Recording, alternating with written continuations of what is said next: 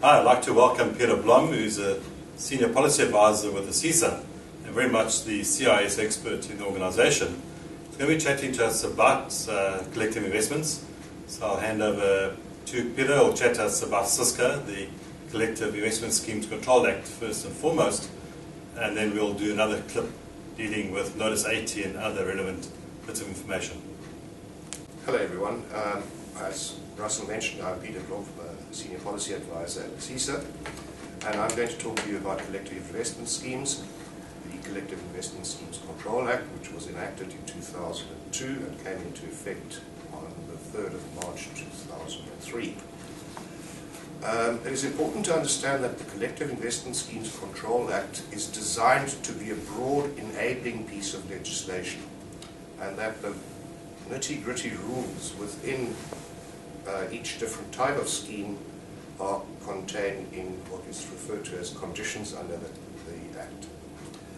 The Act itself is arranged in a number of parts. The first part deals with what collective investment schemes are, what the principles are in administering a scheme, then goes on to confer in Part 2 the rights and of the registrar and how the registrar must conduct its business.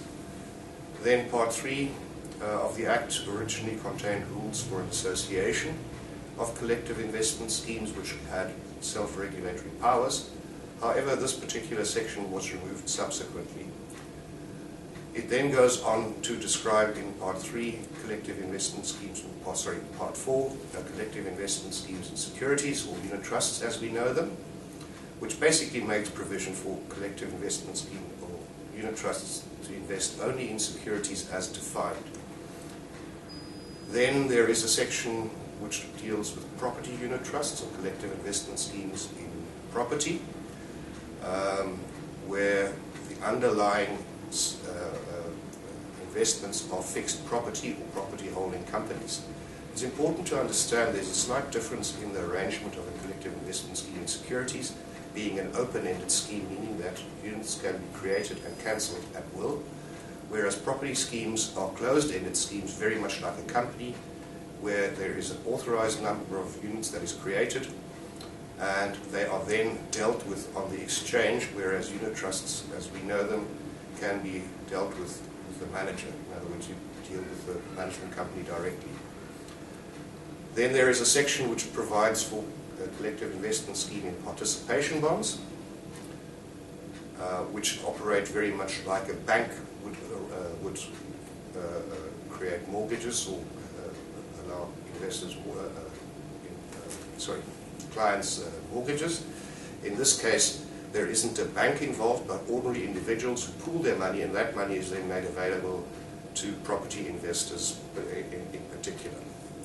Then there is a section which allows the Minister of Finance to declare certain schemes as collective investment schemes, and it is this section that is currently being contemplated for regulating hedge funds, and into the future we might even consider things like private equity funds or venture capital funds, etc. It then goes on to require an auditor to be appointed, and that auditor must be approved by the registrar. It then also makes provision for a trustee and who qualifies as trustees, and then there are general requirements in terms of winding up schemes and so on and so forth. Added to the Act are a number of schedules. The most important one is Schedule 1, which describes what must be contained in a deed which constitutes a scheme in securities, and effectively that is the constitution of the particular scheme, which consists of a number of portfolios, each with their own supplemental deed constituting an investment policy, etc. As mentioned earlier, the Collective Investment Schemes Control Act has been in force since 2003, and as is the norm with all legislation regulated by the Financial Services Board, it has to be reviewed from time to time. At present, the Act is being reviewed. The requirements of the registrar have been communicated with National Treasury, on the one hand the FSB being the regulator and National Treasury being the policy maker, and the drafting process has begun. We expect the Treasury to consider the proposals from the FSB and do the drafting in the second half of 2014, and possibly then the legislation being made public for comment at the end of 2014. It would then, after the comment period has expired, would then have to go and fit into the parliamentary program, and that can take anything up to a year, if not longer. So a replacement to the Collective Investment Schemes Control Act is not envisaged in the next 18 months.